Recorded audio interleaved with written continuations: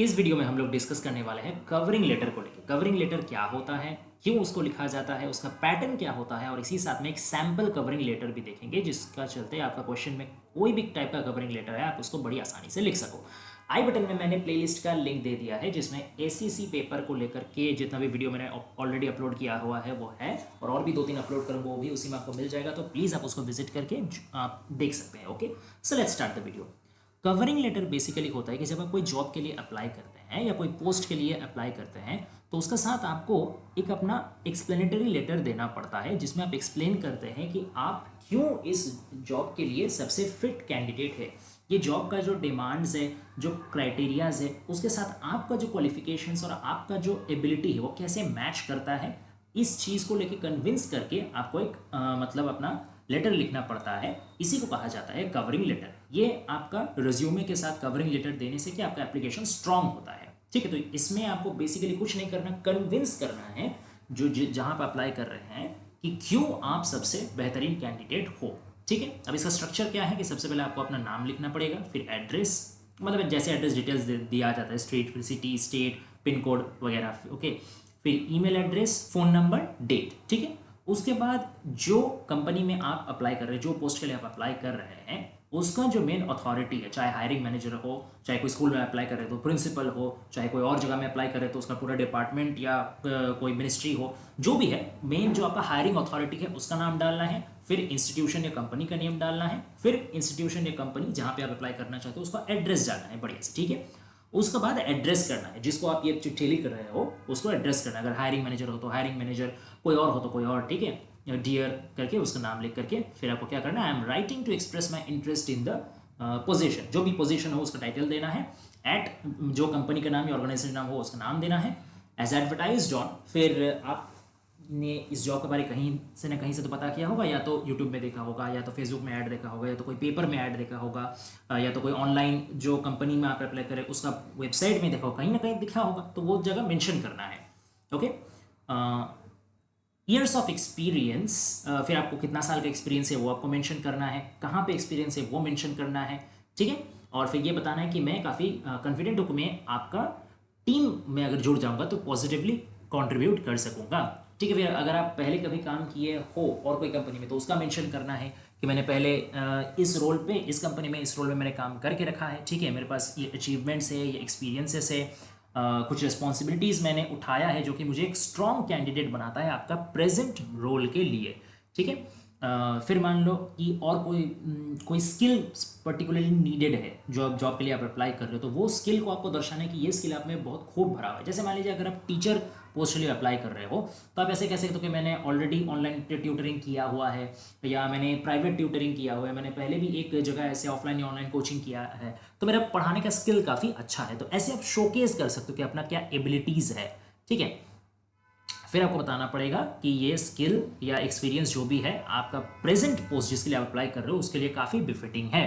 ठीक, फिर आपको बताना है कि आप इतने सारा कंपनी या ऑर्गेनाइजेशन रहते हुए भी पर्टिकुलरली इसी कंपनी या ऑर्गेनाइजेशन में क्यों अप्लाई कर रहे हो। आपको बताना है कि ये कंपनी अलग से आपको अपील क्यों करता है, उसका पूरा डिटेल्स यहाँ पे दिया हुआ है कि आप particularly drawn to this opportunity because, फिर जो भी आपका कारण होगा वो देना पड़ेगा। I am eager to bring my skills to your team and help drive the continued success to, फिर कंपनी का नाम। ठीक है, तो मैं आशा रखता हूँ या मैं ये विश्वास रखता हूँ कि आपका कंपनी ऑलरेडी इतना मतलब सफल है, तो आपका ये जो सफलता का धारा है उसको मैं और आगे लेके चलूँगा। मेरा अपना जो स्किल सेट और मेरा जो एक्सपीरियंस है वो मैं अपना साथ ब्रिंग कर रहा हूँ। ठीक है, फिर आखिर में बताना है कि मैंने अपना रिज्यूमे जो है वो अटैच कर दिया है कि आई अटैच माई रिज्यूमे, जो रिव्यू आप कर सकते हैं। ठीक है, और ऑब्वियसली और कोई डिस्कशन के लिए अगर आप लोग को फिट लगा तो आप लोग मुझे बुलाइएगा, I will be very happy to attend that.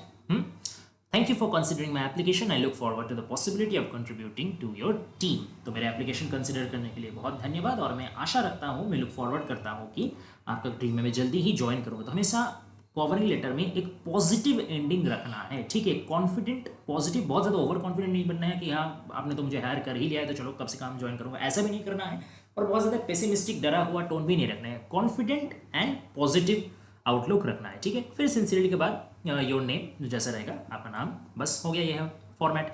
अब इसका एग्जाम्पल एक देख लेते हैं कि कवरिंग लेटर होता कैसा है।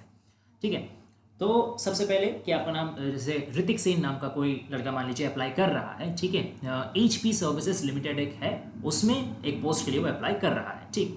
तो वो पहले अपना नाम दिया, एड्रेस दिया, अपना ईमेल एड्रेस दिया, फ़ोन नंबर दिया, फ़ोन नंबर ऑब्वियसली ये सब मैंने रैंडम डाल कर रखा है, कोई पर्सन तो है नहीं। फिर डेट डाला, फिर जिसको वो कर रहा है HR मैनेजर को लिखा, फिर कंपनी का नाम, फिर उसका एड्रेस, ठीक है, फिर डियर हायरिंग मैनेजर, फिर I am writing to express my interest in HR recruiter, तो HR रिक्रूटर के लिए मतलब अप्लाई करना है तो उसका वो उसने दिया। लिंक्डइन में उसने देखा था तो वो भी उसने मेंशन किया, ठीक है। फिर ह्यूमन रिसोर्सेज में उसका बैकग्राउंड है, इसको एक्सपीरियंस है, ये चीज़ भी उसने मेंशन किया। फिर बाद में वो क्या करता है कि उसका वर्किंग एक्सपीरियंस भी रह चुका है कि AI ग्लोब कंपनी में वो ऑलरेडी HR असिस्टेंट रह चुका है और उसमें उसने काफ़ी सारे पोजीशन संभाले हैं, काफ़ी सारे ईयर्स का एक्सपीरियंस किया है, टीम वर्क में भी वो काफ़ी अच्छा खासा मतलब कंट्रीब्यूशन रखा है, ये उसने पूरा इस में बताया गया है, ठीक है।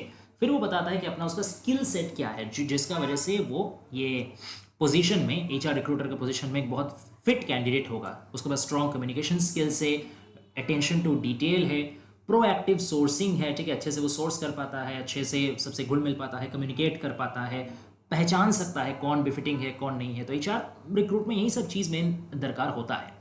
फिर वो बता रहा है कि पर्टिकुलरली HP सर्विसेज को ही वो किस लिए चुना है, ठीक है, क्योंकि that believes in innovation, that believes in employ development, सिर्फ अपना सक्सेस नहीं एम्प्लॉय का भी वो ध्यान रखता है। तो इस चीज़ को उसने काफ़ी अट्रैक्ट किया है, ठीक है। तो ये उसने मेंशन किया है। फिर आखिर में बताया है कि जो ऑनगोइंग सक्सेस है उसमें मैं भी एक पॉजिटिव एक कंट्रीब्यूशन रखना चाहता हूँ। फिर उसने बताया कि मैंने रिज्यूमे अटैच कर लिया है, जैसे कि फॉर्मेट में था, रिज्यूमे अटैच कर लिया है और प्लीज़ आप लोग उसको करिए, रिव्यू करें, और अगर मैं I am very welcome to any discussions for further consideration, ठीक है। और मैं जैसे कि पॉजिटिव आउटलुक सेंड किया गया है कि मैं कॉन्फिडेंट एक हूँ, या मैं आशा रख रहा हूँ, I look forward positively to contributing to your team, ठीक है। फिर सिंसियरली नाम ऋतिक सेन। ये हो गया पूरा एग्जाम्पल। तो ये था पूरा कवर लेटरिंग कैसे लिखता है। आशा करते हैं आप लोगों को समझ में आया होगा। अगर वीडियो पसंद आए तो प्लीज़ चैनल को सब्सक्राइब करके नोटिफिकेशन बेल टर्न ऑन करके रखिए, और कोई और भी टॉपिक में हेल्प चाहिए तो चाहे पोएट, ऐसे, नॉवल, ड्रामा कुछ भी हो, प्लीज़ उसको कमेंट डाउन कर दीजिए, हम लोग जल्दी से जल्दी उसमें भी वीडियो बना देंगे। Thanks watching guys, please stay tuned.